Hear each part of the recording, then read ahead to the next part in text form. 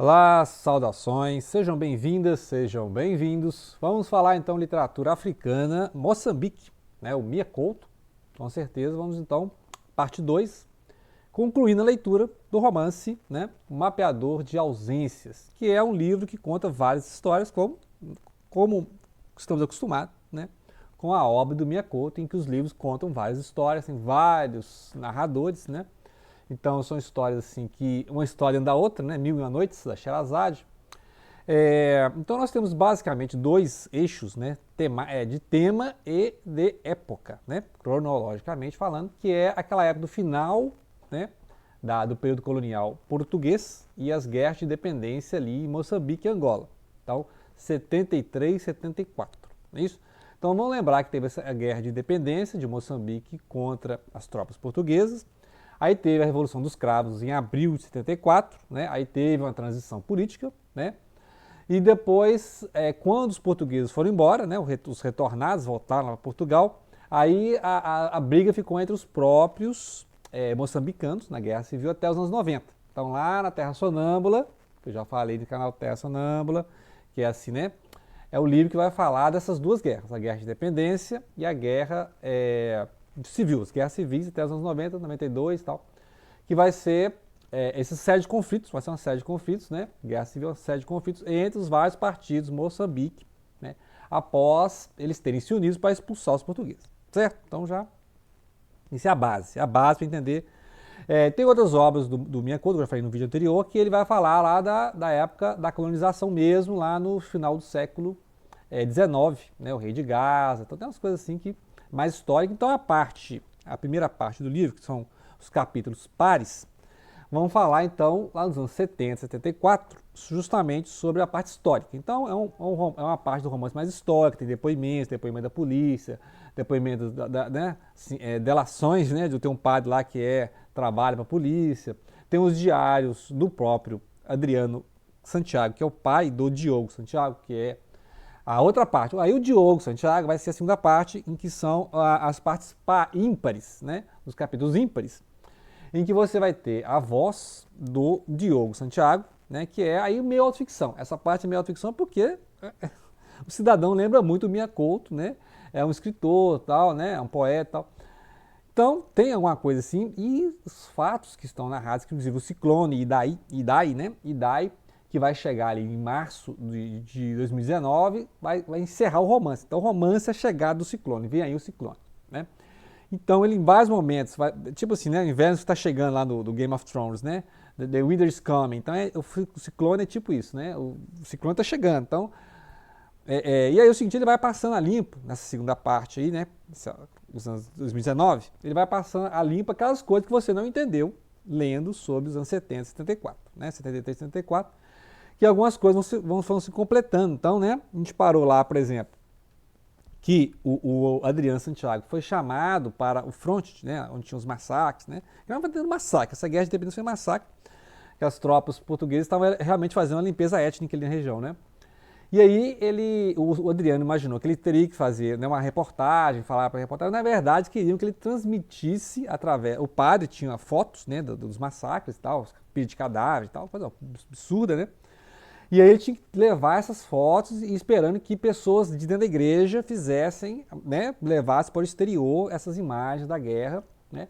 Não contavam muito com o Partido Comunista nem com o Adriano Santiago, né? Eles esperavam, só que parece que depois descobre que ele trocou as fotos, né? Não eram as fotos do massacre, não sei o que aconteceu com essas fotos do massacre.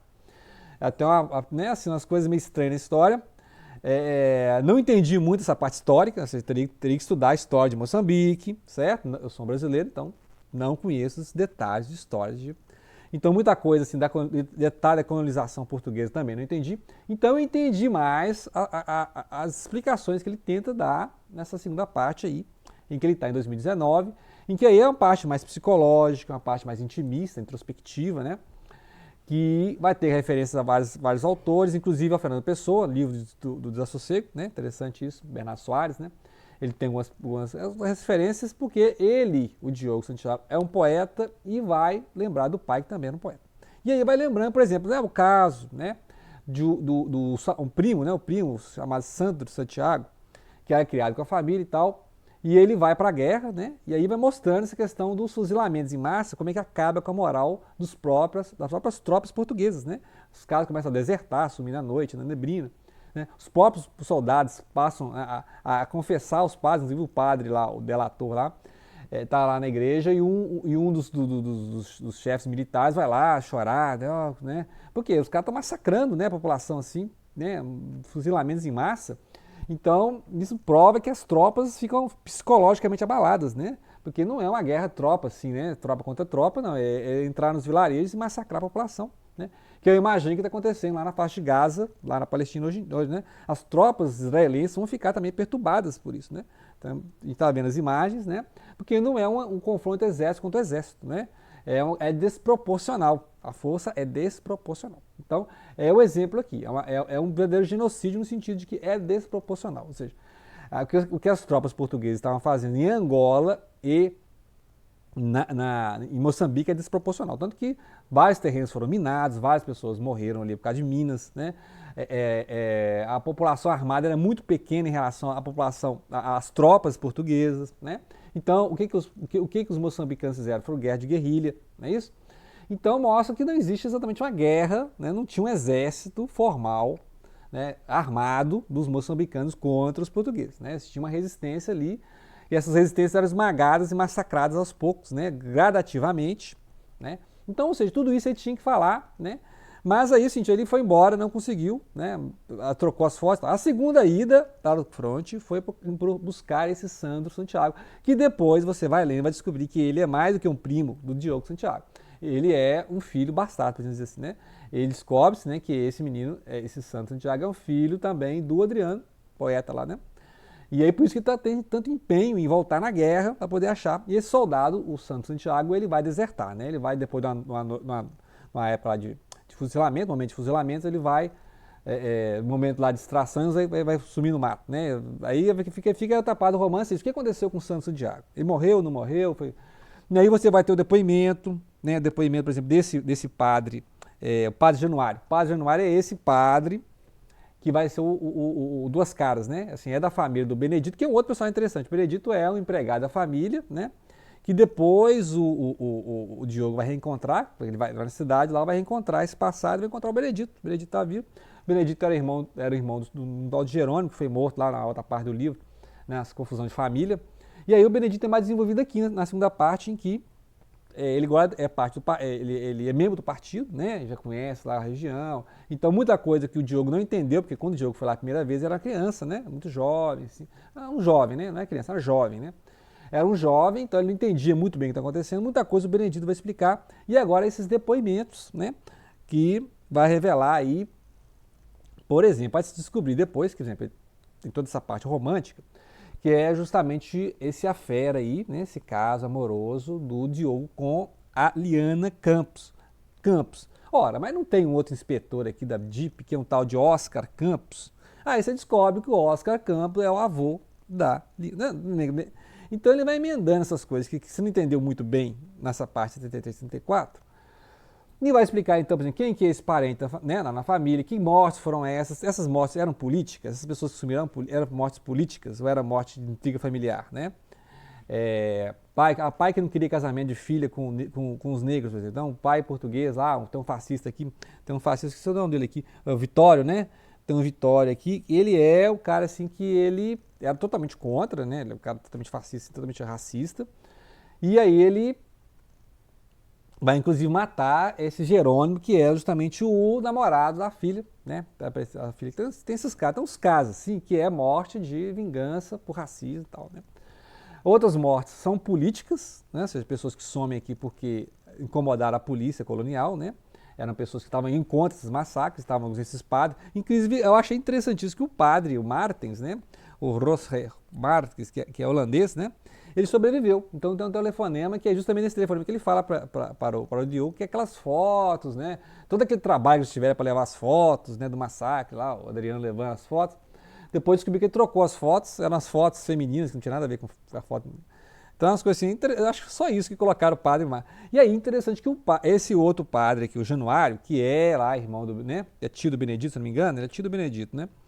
Esse tem coisa pesada para contar, né? Então, casos de cadáveres que ele jogava no mar, né? Então, assim, ele fingia, ele era um padre, né? Mas, né, ficava ali ouvindo as confissões, mas ele ao mesmo tempo era um delator, né? Ele era informante da polícia. Pra você ver, então a polícia tinha pessoas infiltradas dentro do clero, né? Por mais que esse clero, igual a gente vê lá o padre holandês, né?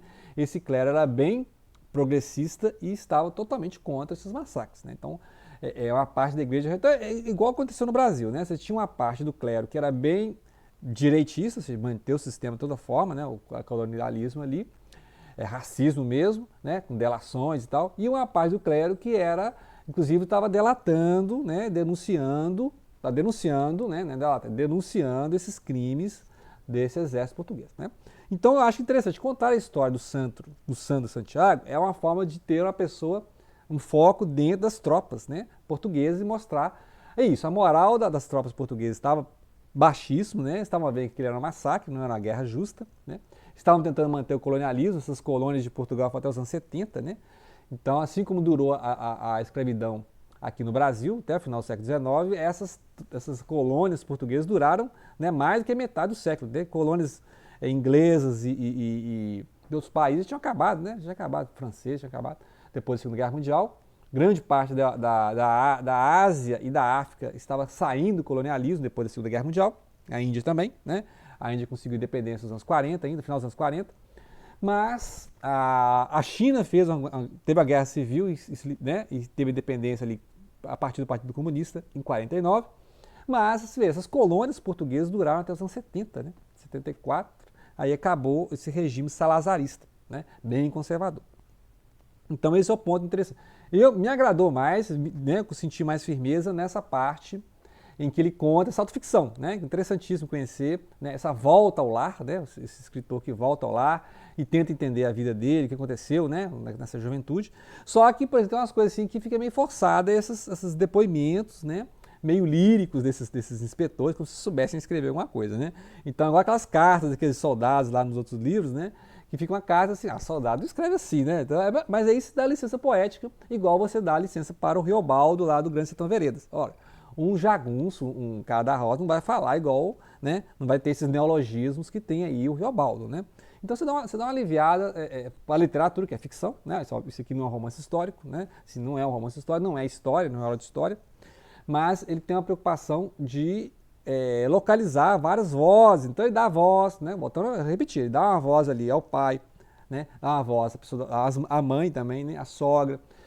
Vai dar a voz aos soldados, a esse padre delator. Então todos eles têm voz aqui, ao inspetor da PIDE, né, que é essa polícia do salazarismo, PIDE, né, chamado de PIDE. Então, ou seja, ele dá voz, né, no livro a essas várias possibilidades de perspectivas. Não existe uma perspectiva melhor para ver, né, assim, a não ser aquele balzaquiano, né, aquele narrador de Balzac, que é a perspectiva divina de ver tudo, né? Não tem mais isso, né? Então você tem vários narradores, várias vozes, né? Porque todo olhar é parcial, né? Todos eles acham que estão certos, né? Mas sempre são olhares parciais porque não existe, né, essa voz única no romance, né? Não tem essa voz única que vai te direcionar, né? E tem, obviamente, a voz principal, que é essa do Diogo Santiago, que ele está narrando, né? Esse diário, essas percepções, quando o ciclone está chegando. Então o ciclone está vindo, né? Então o ciclone está vindo, e quando ele sabe que o ciclone está vindo, e ele vai ao mesmo tempo se envolver amorosamente com essa Liana, e aí vai ao mesmo tempo descobrir, ó, você vê, vai lá na casa da mulher, né? Olha, vai chegar o ciclone, vamos ver como é que você está. Aí chega lá, tá o avô, que é esse Oscar Campos, né? Que era o cara que estava investigando o pai dele. Olha pra você ver que coisa, né? Volta aí. O Oscar Campos é justamente aquele, né, o espião lá da polícia que estava fazendo um relatório sobre o Adriano Santiago. Né? Então, ou seja, a história, né, fica assim meio em círculo. Né? Então tem umas coisas que te convencem, né, obviamente pela narrativa, mas tem umas coisas assim que ele escreveu só para não te deixar em branco, né, assim, no vácuo. Né? Vou colocar essa voz policial aqui para explicar isso aqui. Esse delator aqui, e dá muita voz ao delator aqui, né? O padre aqui que eram duas caras, então dá, né? Então é isso, ele faz isso. A preocupação dele aqui, mas como ele dá várias, né, várias vozes, nem todas convencem. Né? Também não sei se é de propósito. Né? Se tivesse uma voz única, né? É diferente, porque os livros do Minha Couto é isso. Você está acostumando com a voz, com a perspectiva, vem outro. Você está acostumando com a época, vem outra, né? Então é bom estar acostumado com essa forma. Você vai ter uma certa desconexão, deslocamento temporal assim, mas depois você vai acostumar, né? Então é basicamente um resumão, né? Tem que ler o livro para entender. Isso aqui é só para a minha percepção de leitura. Gostei muito, não é o melhor livro assim do Minha Couto, né? Tem outro, né? Ainda não li o que está na minha lista, hein, do ano passado, que é Um Rio Chamado Tempo e Uma Casa Chamada Terra. Então, possivelmente eu vou considerar isso o melhor, quer ver? Então está na minha lista desse ano, vamos ver, né? Um Rio Chamado Tempo e Uma Casa Chamada Terra, está na minha lista, né? Vamos ver se acha. Então fica aí a dica deste livro, né? Mapeador de Ausências, mais recente, de repente também outro aí, né? Do Minha Couto, Literatura de Moçambique, ok? Então, grato pela atenção. Não deixem de compartilhar.